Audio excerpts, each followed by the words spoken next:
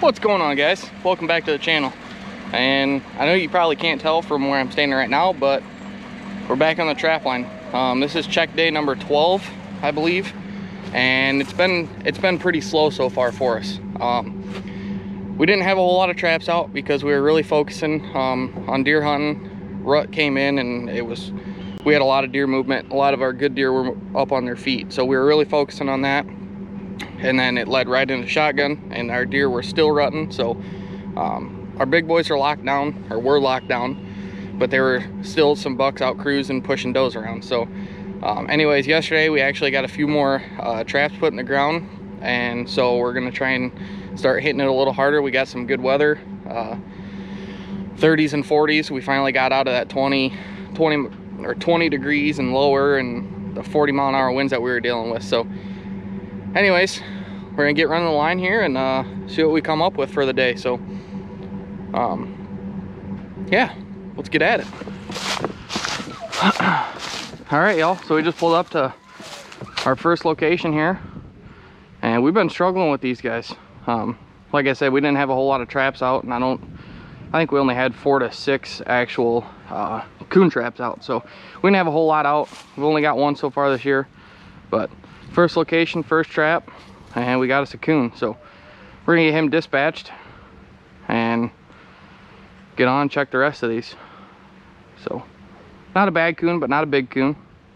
So let's get at her. All right, guys, so like I said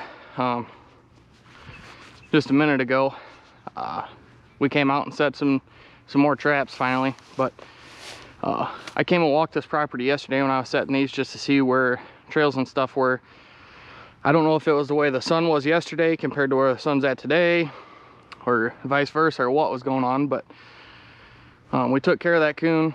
I came over this way to check the rest of our traps, and I missed 2 really nice trails. And it's kind of funny and ironic, especially this one. Hopefully you guys, if you're watching us, you've seen like Trapper J, Iowa Trapper, Coon Creek, all them big time guys. And I really enjoy watching Iowa Trapper, and I wish we could do the type of trapping that he does, because it would just make life a lot nicer, more enjoyable. But here we can only trap on private property, so we got to try and figure out what properties we can trap. And then we're also trying to balance it, because I don't like walking on properties where there's people hunting all the time. It's just a bunch of commotion. And then if I'm harvesting any critters, I'm making quite a bit of noise. But anyways, this is one of our, it's like an old pasture that we got permission to. And I don't know if you guys can see it or my shadow, but if you can see where my hand of my shadow is, that trail runs right there and zigzags down and into where all the chunks of concrete are. But this is something that I'm saying is ironic, is since I watch Iowa Trapper so much, look where this trail leads right up to. And for those of you that haven't watched him or anything, that's a cedar, and he preaches all the time that these coons locate these cedars and walk right by them. And yesterday I didn't even pay attention when I was setting it, but barbed wire fence, easy for a coon to walk right under, and major trail here. So I only got one more DP with us here, so we're gonna get this DP set here on this trail. And there's kind of an intersecting trail. This one's not quite as defined, but there is one that walks this fence line here, and part of that I think is going to be your coyotes and your fox too. We've seen a lot of tracks out here of that, but even right there, I mean, you guys can see the coon scat. So kind of a key location that I just didn't catch yesterday, and that's why you always bring some extra traps, guys. It never hurts. There might be a trail like what I just did that I just didn't see. I wish I had more than just one, because there is another real heavy trail on the other side too, towards the truck a little more, that I didn't catch yesterday either. So try and get it in here. Ground's pretty hard right now.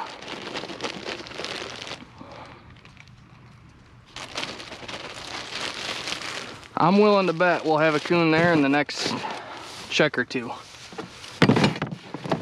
just from how how used this trail is.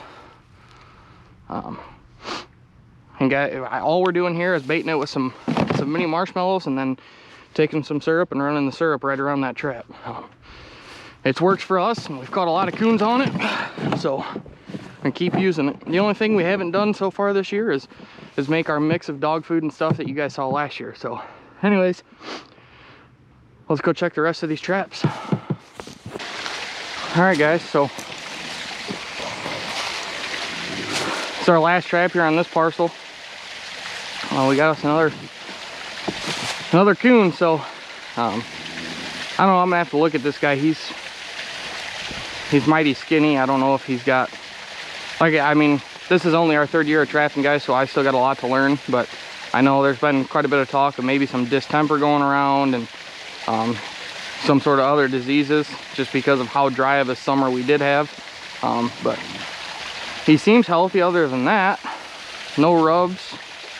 But yeah, another good coon. So we're gonna get him taken care of and get on down the road. If I don't get this stick thrown at me first. All right guys, so what we're gonna do here is we're gonna make a dirt hole set. We've only made one so far this year, and I tried something a little different on it.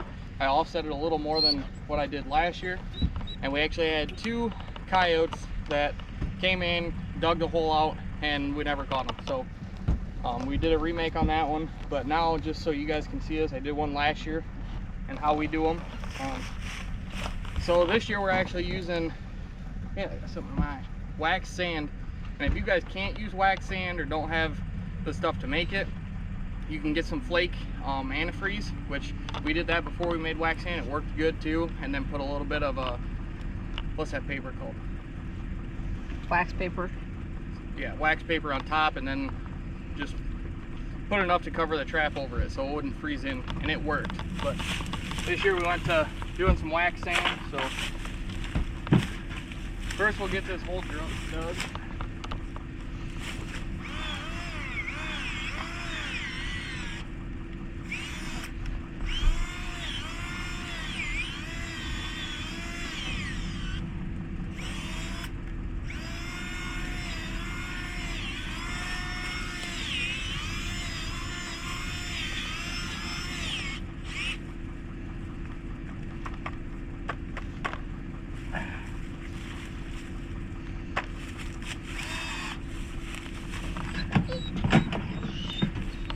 Now we're gonna come in here and I'm gonna offset it and put the pan about where the edge of the dirt hole is, and then I'm gonna go about the distance from my thumb to my pinky back from the hole, because when them coyotes come up, you gotta think their nose is gonna go straight into the hole, so both paws are gonna be offset. And I don't know if it's true or not, but I've always heard that coyotes are more like dominant, so their right paw is gonna go down first. Sorry that the dog's whining, she always does this.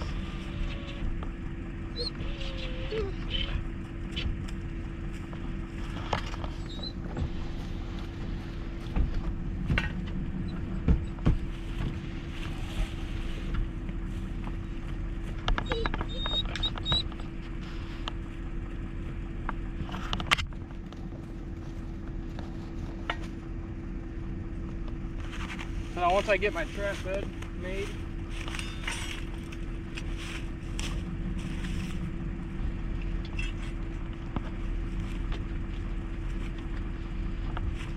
a lot of guys use pogos, but with the soil we have here, we can't. So we use longer T stakes to drive in.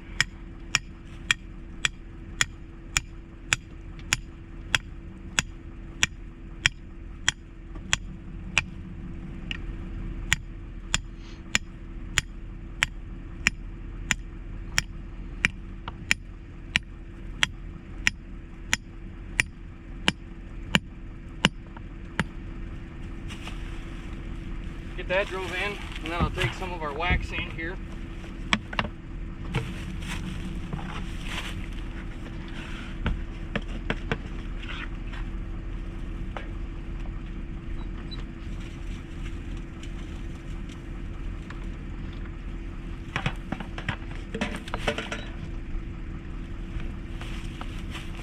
Coat the whole bottom of it. Then I'll put most of my chain back in it and put a little more just to cover that chain and give us some more sand to bed that trap into.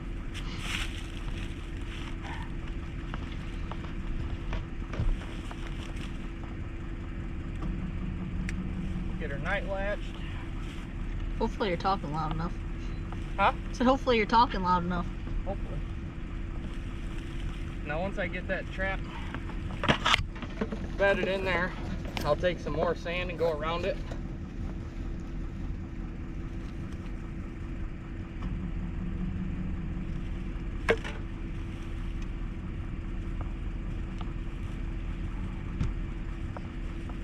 Take some of that dirt you dug out, pack that around it. A lot of times when I'm packing, guys, I try and stay away from them springs. That way we don't have an issue if anything does freeze, that them springs should still go off. Then once I get that in there, nice and snug, I'll go over it with the black sand again.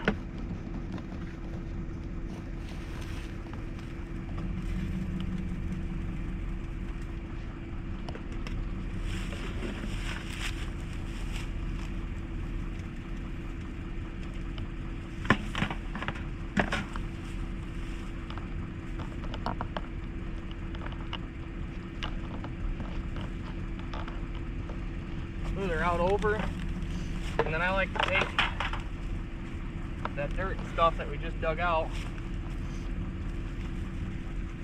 sprinkle a little on top of there, just that way it blends in a little better.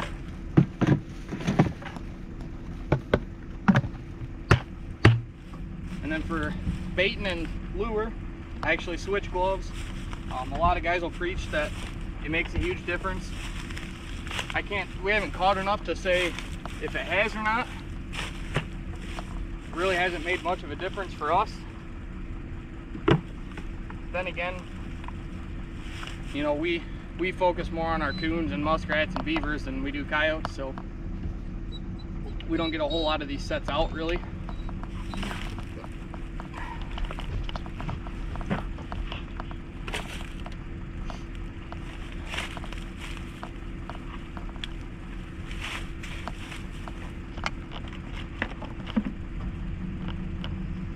Then a lot of the times, I don't like to run the same baits and lures in these holes, just so if you do have a mess up on a coyote in one of the dirt holes, hopefully it'll come into a different scent. So we're using some of my favorite stuff already on one property, and now I actually have this roost swats that we actually put some muskrat meat in last year, and we never really got to try it much, so we're going to put that in here.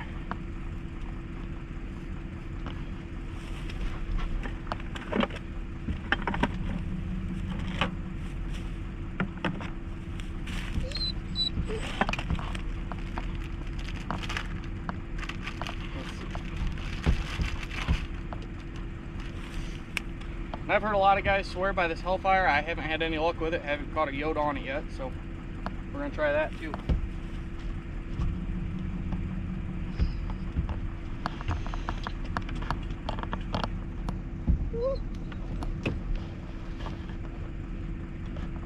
If I had to pick a favorite lure, I'd say it's probably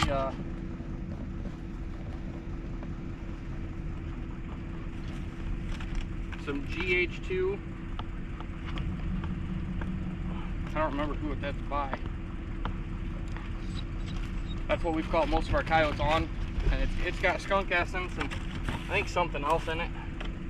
But this one, we've heard a lot of people talk about sheepswool, so we're going to try some sheepswool in this too.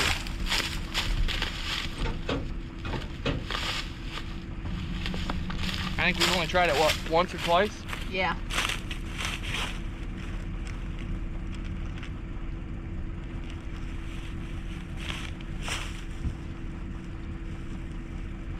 I know a lot of guys say that they do it Because sometimes a coyote, just off smell, they won't come up. So if you have a little bit of sheep's wool in there, it gives them an eye attraction to maybe come up and do a little digging in there. So shove that down in there,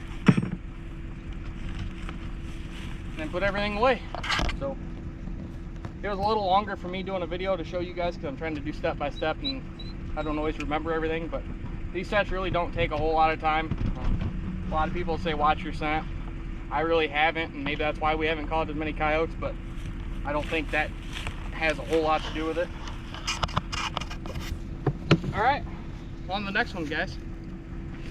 Hopefully we keep catching fur. All right, guys, so we're on our third piece of property here. And I already set them, I forgot to hit the record button, but we're sitting on this drainage tube right here along here. There's timber up here, there's a bunch of timber across the road.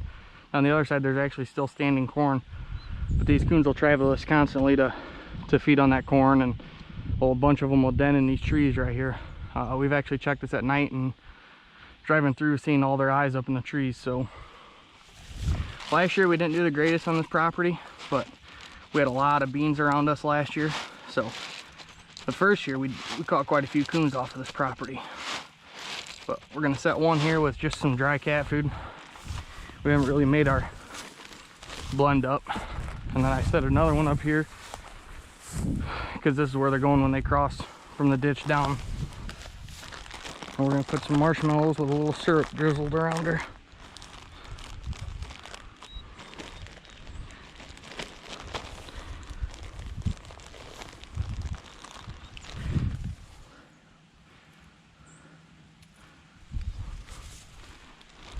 Take the cap off of this.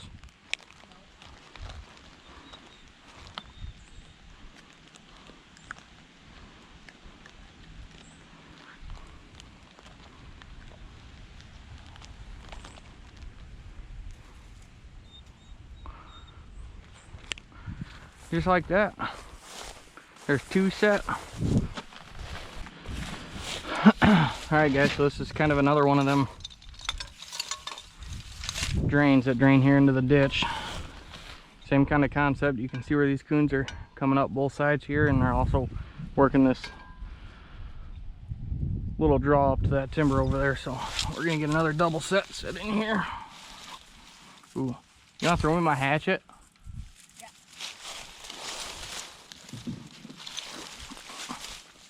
Incoming. 6. Thanks.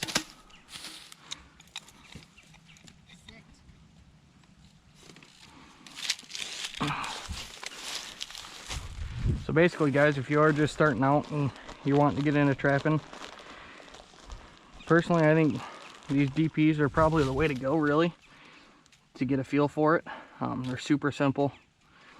I mean, you guys just saw me set that and that's done. I mean, it's just easy, quick, you're in and out. Look for varmint trails like this one. You guys can, I mean, if you've been in the outdoors, you can tell a difference, you know, between a deer trail and a varmint trail, like your coons, your possums, your skunks. And we don't always set doubles. I'm probably going to get more frequent with it now because we're getting a lot more DPs in our arsenal.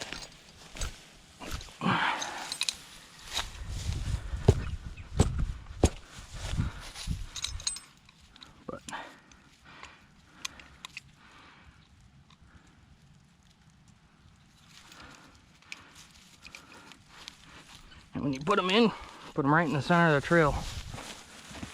And coons are gonna come up to it, they're gonna run right into it and smell whatever you're using. And we're just running double sets, like I said. I'm throwing some dry cat food in one, and then marshmallows with some syrup drizzled around it. But that's that. Double set made, done and out. So that's 3 properties kind of set. This property really don't have as much sign as we'd like to see, but we'll see what happens when that corn gets out over there. Maybe them maybe them coons will start running both sides, so it might be just staying tight to that side since the corn's still there. And when they start rutting, they'll definitely be running more. So yeah, I think that's gonna pretty much end it for the day. So we'll see you guys when we get back to the truck. So we got a new property we're gonna set some on. Like I said, we're not gonna set a ton right now just because of circumstances, but we got this property and this is mainly muskrat. We might set a couple coyote and maybe a 220 or two. We'll see what trails look like. But first location we kind of struck out, we had something get out of one of our traps, so we kind of lost our first fur of the season there. But it is what it is, part of the sport and the hobby. But I'm also going to put today in as well, because like I said, we're setting some more traps today and got a few more traps in the truck that we know some locations where we're going to put them. So stick with us, and hopefully we're going to pull at least one fur off the line today, but we're going to get some more steel on the ground, so stay tuned.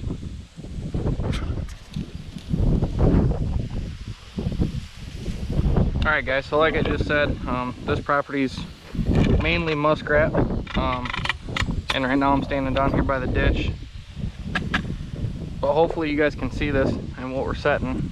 You can see, I mean, you can completely see the difference. Look how shallow that is there compared to where these runs are, and you can see exactly all the way up the ditch where it goes. So we're gonna look and see what kind of bank dens we can find, maybe, and we're gonna set a few here in the main run and go from there. So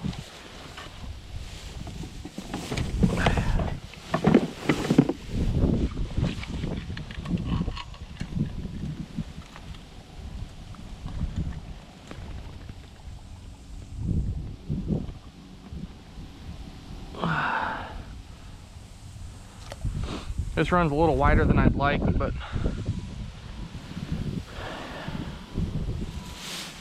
yeah, there's the first one anyways. Alright guys, hopefully I got you recording.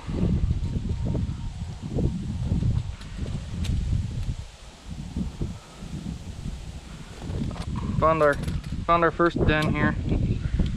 So we're gonna get it set, hopefully.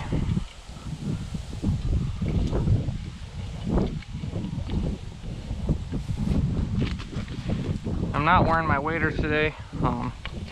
I got a hole in them, a pretty good couple holes in them last year, and I ain't gotten them fixed yet. So we're just kind of looking for some halfway easier sets, I guess you could say.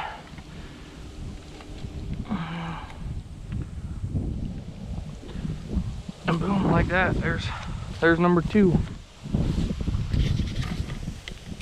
Alright guys, well Alicia found us another one, another bank den here. So we're gonna get that set.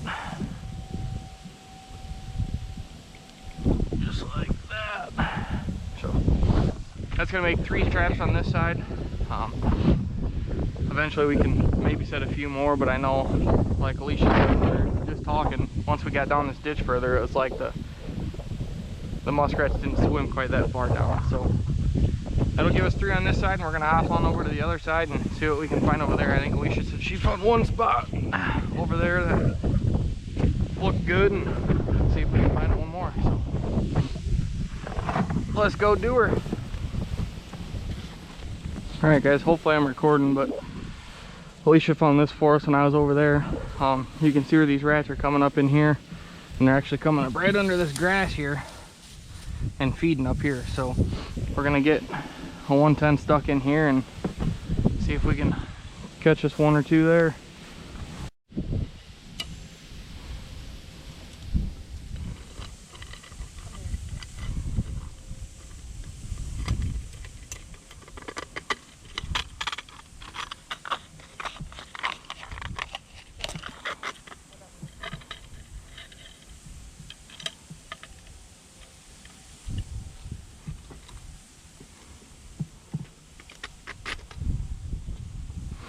Alright y'all, so the last one's going right here in the middle of this main run.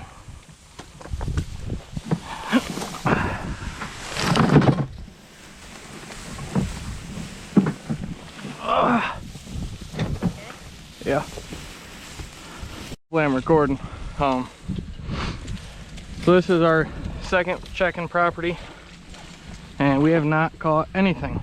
But like I said, we had a major cold front come through, and lots and lots and lots of wind. So surprises me a little bit, but not a ton, being, you know, the fact of the weather that we got. So getting a few more traps out today, like I stated earlier.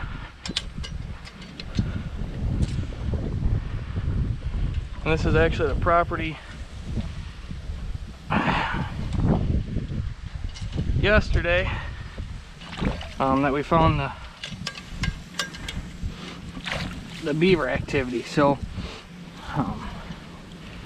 we're gonna get one drowning rod set at least for this beaver,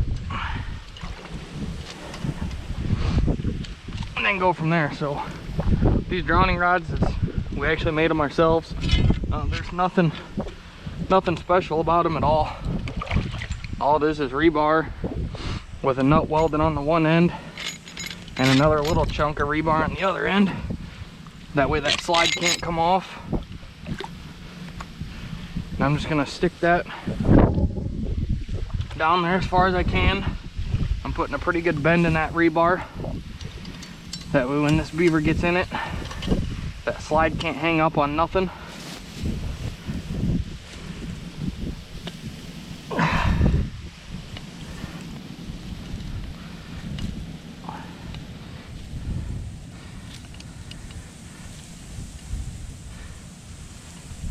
And I will warn you guys, if you use these traps, be very, very, very careful.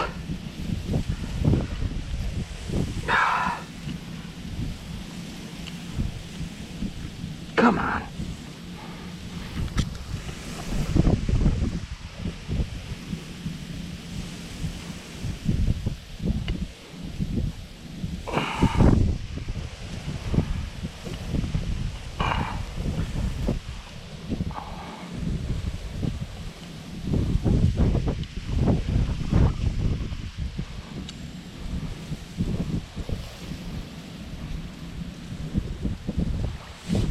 These traps are no joke.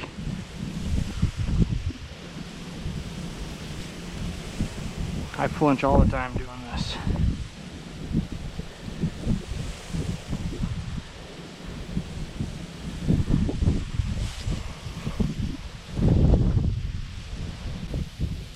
Get her pan down to where she's latched there. And all I'm doing here is I got a bed made. We got our caster mount right here all slicked up. Then I'm gonna offset that trap just a touch. That way when that beaver comes up,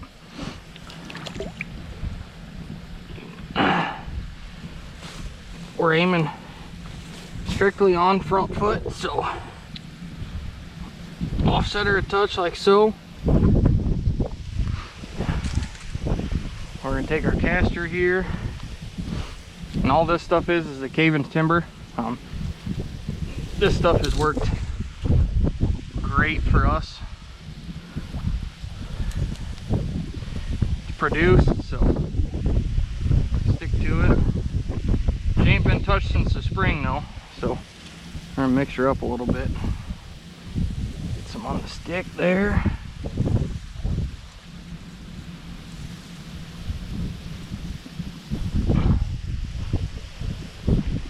Get her in like so.